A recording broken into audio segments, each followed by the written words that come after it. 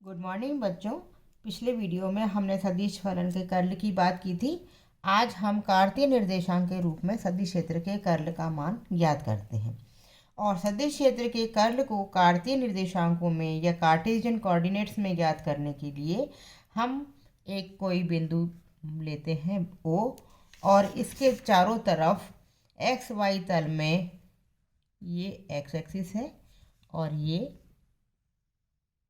Y axis है। दो ही हम विचार करेंगे एक्सिस पर। तो एक्स वाई प्लेन में हम एक पृष्ठ पर विचार करेंगे PQRS।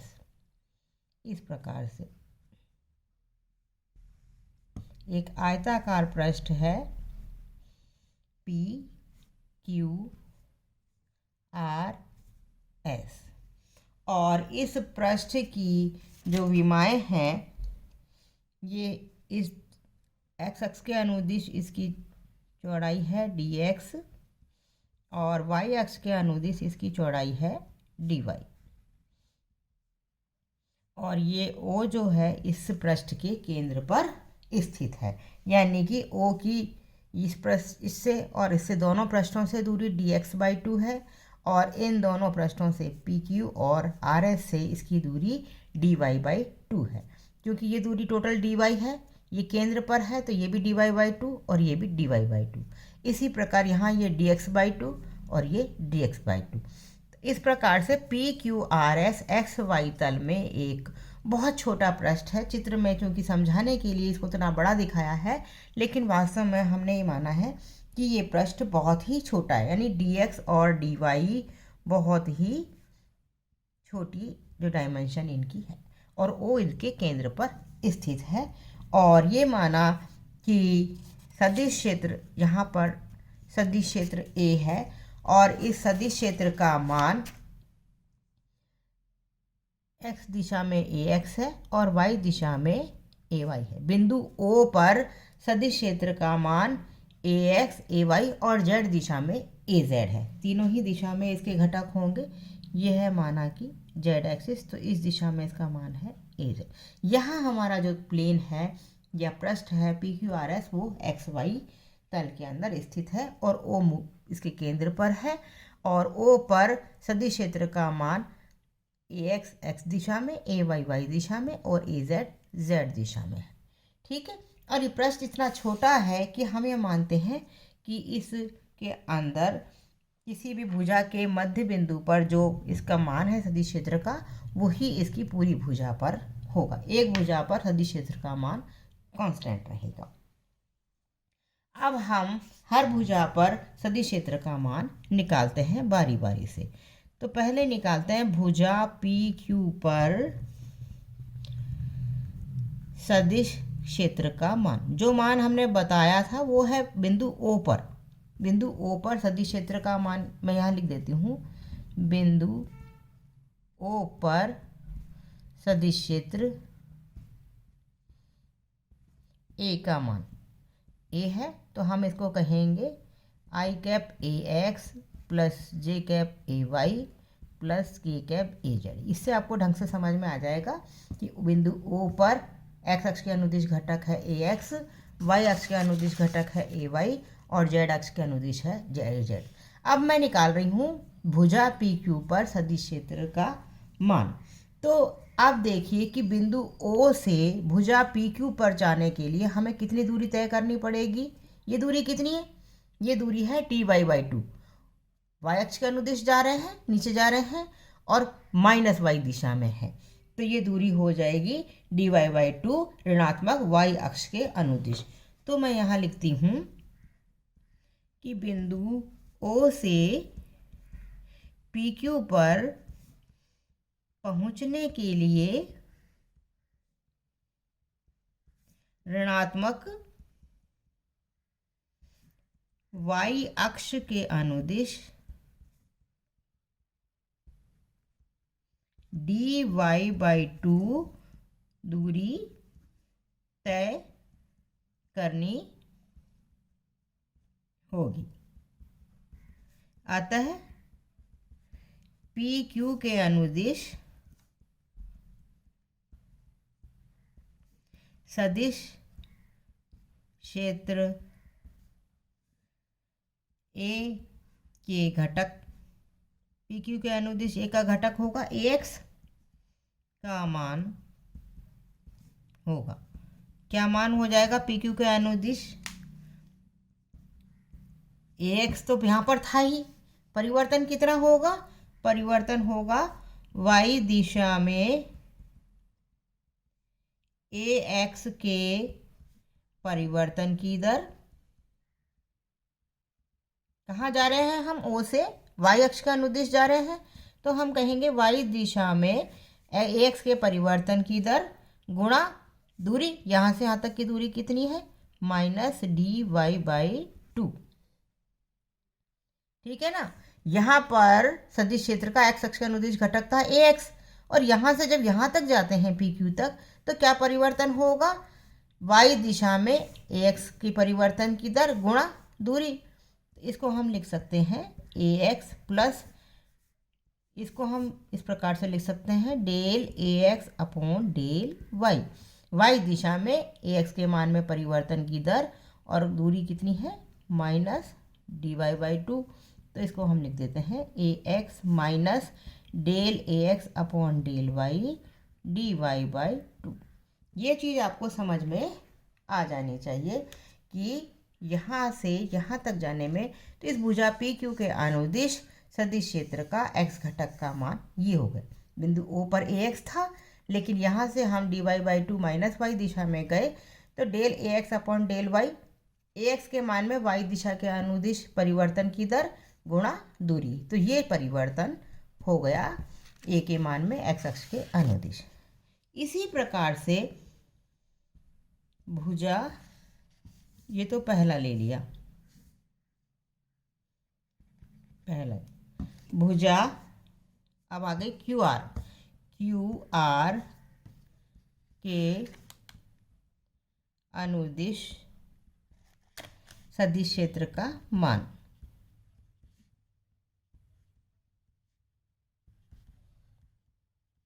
क्या होगा बताइए, भुजा क्यू आर के अनुदिश सदिश क्षेत्र का मान y अक्ष के अनुदिश है, तो बिंदु O पर था ए वाई प्लस, अब हम कहेंगे, अब कहाँ जा रहे हैं हम क्यू आर पे जाने के लिए O से हमें x अक्ष के अनुदिश dx/2 दूरी जाना पड़ा, ये केंद्र पर है, ये दूरी dx/2 है, तो हम कहेंगे कि यहाँ से यहाँ जाने में हमें x अक्ष के अनुदिश dx/2 दूरी तय करनी पड़ेगी, तो हम कहेंगे यहाँ पर x दिशा में ए वाई में परिवर्तन की दर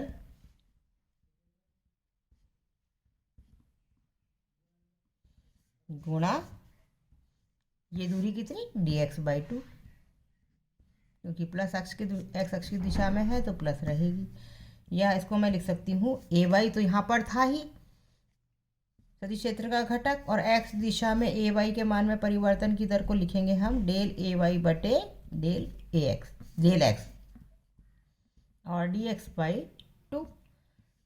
ए वाई तो ऊपर था ही मान सदिश क्षेत्र का, अब ए वाई के मान में x अक्ष के अनुदिश परिवर्तन की दर गुणा दूरी dx/2, ये परिवर्तन हो गया। तो एक समीकरण एक, ये समीकरण नंबर 2। अब तीसरा है भुजा आर एस पर सदिश क्षेत्र का मान, तो हम लिखें भुजा आर एस पर सदिश क्षेत्र का मान।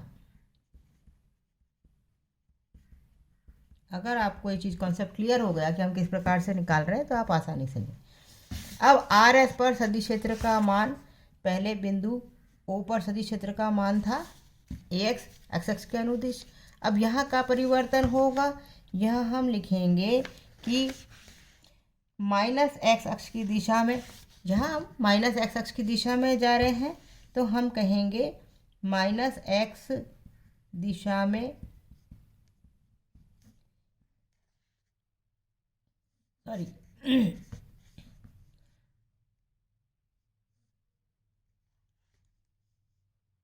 यहाँ हम कहेंगे दिशा में ए एक्स के परिवर्तन की दर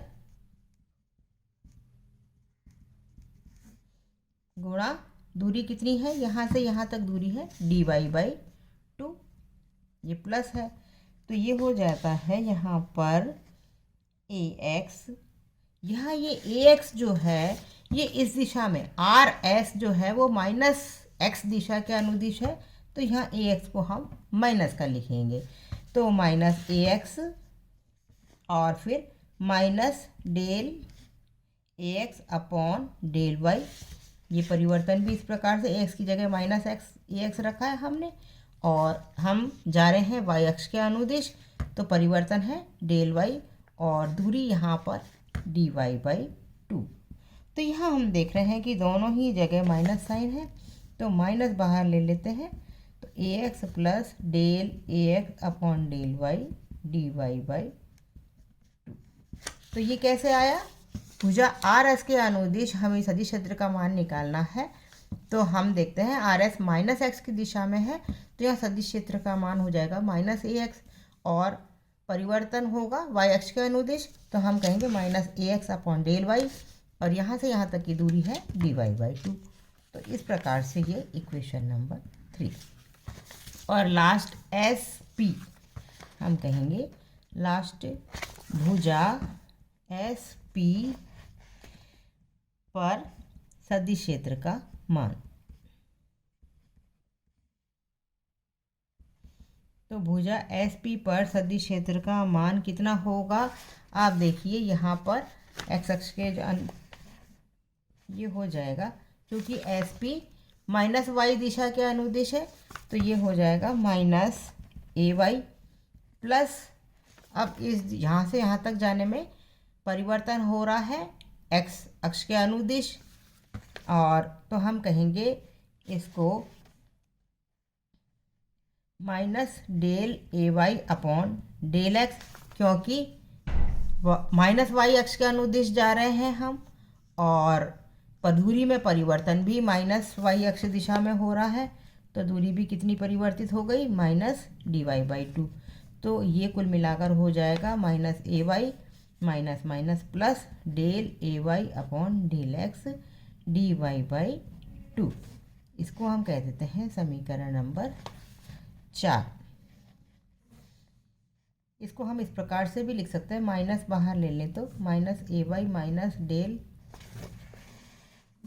इस प्रकार से माइनस बाहर ले लेते हैं, तो -ay माइनस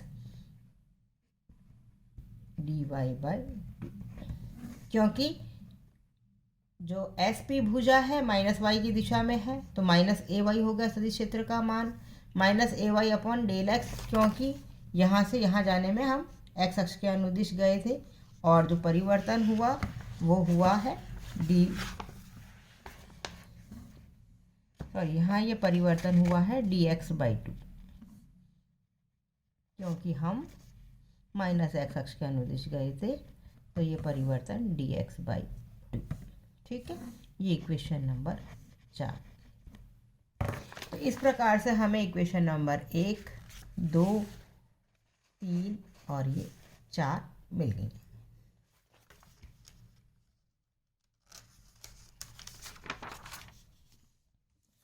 अब हम चारों पर जो पृष्ठ था PQRS, उसकी चारों भुजाओं पर हमें सदिश क्षेत्र का मान प्राप्त हो गया। अब हम बंद पथ PQRS के अनुदिश सदिश क्षेत्र का रेखा समाकलन निकालने के लिए हमें क्या करना पड़ेगा, उसका परिसंचरण या बंद पथ के अनुदिश रेखा समाकलन का मान ज्ञात करना पड़ेगा। तो बंद पथ PQRS के अनुदिश सदिश क्षेत्र का रेखा समाकलन PQRS, आप कहेंगे यहाँ मैंने पथ आयताकार लिया है जबकि वहाँ वृत्ताकार था, तो वो मैंने गणितीय सुविधा के लिए लिया है, उसका कोई फर्क नहीं पड़ता है। तो यहाँ हमारा पृष्ठ आयताकार है, तो हम लिखेंगे P से Q तक A.dl प्लस Q से R A.dl प्लस R से S A.dl एंड S से P A.dl। तो PQRS बंद पृष्ठ के अनुदिश रेखा समाकलन का मान निकालें, तो पहले पी क्यू के अनुदिश, फिर पी क्यू से आर से एस और एस से पी। हमने चारों भुजाओं पर सदिश क्षेत्र का मान निकाल लिया है। तो पहले हम ये वाला निकालें, पी से क्यू तक ए डॉट डी एल। इसका मान क्या होगा, पी क्यू पथ पर सदिश क्षेत्र ए का घटक गुणा पथ की लंबाई। और हमने बताया था कि इतना छोटा है ये पृष्ठ कि पूरी लंबाई पर सदिश क्षेत्र का मान उतना ही रहेगा।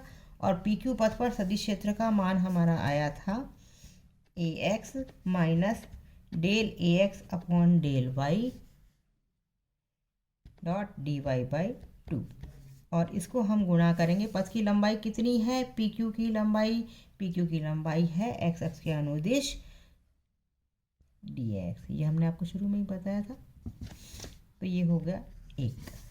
इसी प्रकार से Q से R तक A डॉट डी एल का मान निकालें, तो क्यू आर पर सदिश क्षेत्र का मान था A Y plus del A Y upon del X D X by 2। और क्यू आर पथ की लंबाई वाई अक्ष के अनुदिश थी डी वाई। ये 5, ये 6। फिर इसी प्रकार आगे चलते हैं, तो R से S तक सदिश क्षेत्र का रेखा समाकलन होगा माइनस आर एस पर सदिश क्षेत्र का मान था माइनस बाहर था A X plus del A X upon del Y D Y by 2 D X. और last S P A dot D L, तो एस पी पर सदिश क्षेत्र का मान था minus A Y minus del A Y upon del X D X by 2। और R S भुजा की लंबाई है डी वाई। तो इस प्रकार से ये हमारे को चारों जो इसके चारों पार्ट थे वो चारों 5, 6, 7, 8 इक्वेशन में मिल गए। तो हम कहेंगे कि बंद पृष्ठ पी क्यू आर एस पर सदिश क्षेत्र का रेखा समाकलन या परिसंचरण, हम इन चारों समीकरणों को जोड़ देते हैं हम A X minus del A X upon del Y D Y by 2 D X plus A Y plus del A Y upon del X D X by 2 D Y minus A X plus del A X upon del Y D Y by 2 D X minus A Y minus del A Y upon del X D X by 2 and D Y. अब इनमें आप देखिए कि ए x D X plus का है और यहाँ minus A x D x ये माइनस का है, ये कैंसिल हो जाएगा। इसी प्रकार ए वाई डी वाई यहाँ प्लस का है और minus A Y D Y ये माइनस का है। तो ये पहली स्टेप्स तो ये चारों में कैंसिल हो जाए। अब ये वाली देखें, ये माइनस की आएगी del A X upon del Y D Y D X. इसी प्रकार यहाँ हम देखते हैं ये भी माइनस की आएगी, minus del A Y A X upon A Y D X by 2। तो इस प्रकार से जब हम इनको देखते हैं तो ये समीकरण हमारे पास आएगा del A Y upon del X D Y by 2 यहाँ है, बाई 2 यहाँ पर ये प्लस का हो जाएगा तो ये हो जाएगा 1। और इसी प्रकार ये माइनस का आएगा। तो ये समीकरण को हम जब सॉल्व करेंगे तो हमारे पास या P Q R S A dot D L इसका मान जो आएगा वो आएगा del A Y upon del X minus del A X upon del Y और डी एक्स डी वाई हम यहाँ कॉमन ले लेते हैं। इसको हम कहते हैं समीकरण नंबर 9। तो चूँकि हम जानते हैं कि जो पृष्ठ पी क्यू आर एस है वो एक्स वाई तल में है, तो उस पृष्ठ के क्षेत्रफल की दिशा जेड दिशा में होगी। जो पृष्ठ जिस तल में होता है उस पृष्ठ की दिशा उसके लंबवत होती है। पृष्ठ क्षेत्रफल एक सदिश राशि होता है। तो ये जो क्वांटिटी है ये हम कहेंगे कर्ल की परिभाषा से, कर्ल की परिभाषा से हम जानते हैं कि सदिश क्षेत्र ए के प्लस जेड दिशा में कर्ल का घटक, कर्ल एक सदिश राशि है, क्या होगा, कर्ल ए का जेड घटक, इसको हम लिख सकते हैं curl A dot K cap. ये हो जाएगा limit D X D Y जो एक्स वाई प्लेन में है tends to 0 integration 1/dx dy integral A dot D L P Q R के। तो इसको हम लिख सकते हैं, इसका हम मान रखें ये पी क्यू आर एस हो गया। तो ये हो गया यहाँ पर इसका मान, यहाँ से हम समीकरण नंबर 9 से रखेंगे तो इसका मान आएगा कर्ल ए के जेड घटक का del A Y upon del X, del A Y upon del X minus del A X upon del Y. या मैं आपको बताती हूँ कि कर्ल ए के जेड घटक का मान हो जाएगा 1/dx dy limit dx dy tends to 0 integral, ये आएगा हमारे पास जो मान आया था del A X upon del A Y upon del X minus del A X upon del Y, और ये जो डी एक्स डी वाई यहाँ साथ में आया था इक्वेशन 9 में, ये इससे ये कैंसिल हो जाएगा। तो कर्ल ए का जेड घटक हो जाएगा del A Y upon del X minus del A X upon del Y. ये इसको हम कहते हैं इक्वेशन नंबर 10। और इसी प्रकार सिमेट्री से, क्योंकि सभी दिशाओं में मान सिमेट्री से समान होगा, तो हम कह सकते हैं सममिति से इसी प्रकार आगे हम इसके और कंपोनेंट लें तो कर्ल ए का वाई कंपोनेंट और जेड एक्स कंपोनेंट भी हम निकाल सकते हैं इससे।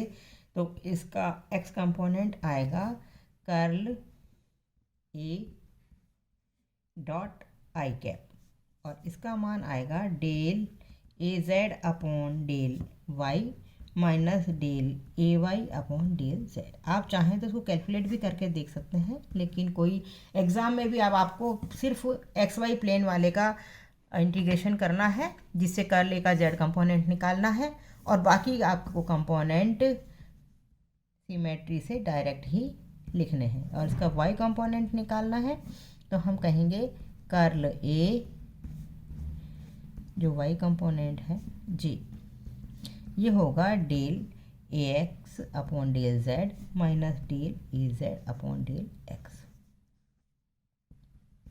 अब इक्वेशन 10, 11, 12 तीनों को जोड़ दें तो हम कहेंगे कर्ल ए बराबर X component del A Z upon del Y minus del A Y upon del Z, और ये I cap plus Y component के लिए del A X upon del Z minus del A Z upon del X J cap plus Z component लिख देते हैं del A Y upon del X minus del A X upon del Y, ये हो गया के cap. तो इस प्रकार से ये इक्वेशन नंबर 13 कर्ल का मान बताती है, और इसको हम फिर यूँ लिख सकते हैं curl A X J curl A Y plus K curl A का जेड कंपोनेंट, इस प्रकार भी लिख सकते हैं, इस प्रकार भी लिख सकते हैं। और जो ये वाली इक्वेशन नंबर 13 है, इसको आप मैथ्स के स्टूडेंट हो तो हम इसको इस प्रकार डिटर्मिनेंट के रूप में भी इजीली लिख सकते हैं, जिससे कि हमें कभी इसका फार्मूला निकालना हो तो आसानी से हम निकाल सकते हैं। ax ay az। जब आप इस डिटर्मिनेंट को सॉल्व करते हो तो आप आराम से, जैसे आई कंपोनेंट निकालना है, del A Z upon del Y minus del A Y A, ये आ गया। इसी प्रकार जे के लिए निकालें तो del A X upon del Z minus del A Z upon del X, और के कंपोनेंट निकालना है तो del A Y upon del X और del X A X upon del Y. इस प्रकार से हम आसानी से, ये हो गई क्वेश्चन नंबर 14। और यहाँ ये जो क्वांटिटी है ये इस प्रकार से, इसका right hand side operator, del operator और ए का क्रॉस प्रोडक्ट है, यानी कि डेल ऑपरेटर और ए का सदिश गुणनफल होता। तो हम कहेंगे कर्ल ए, किसी सदिश क्षेत्र का कर्ल डेल ऑपरेटर और उस सदिश क्षेत्र के सदिश गुणनफल के बराबर होता है। किसी सदिश क्षेत्र ए का कर्ल डेल ऑपरेटर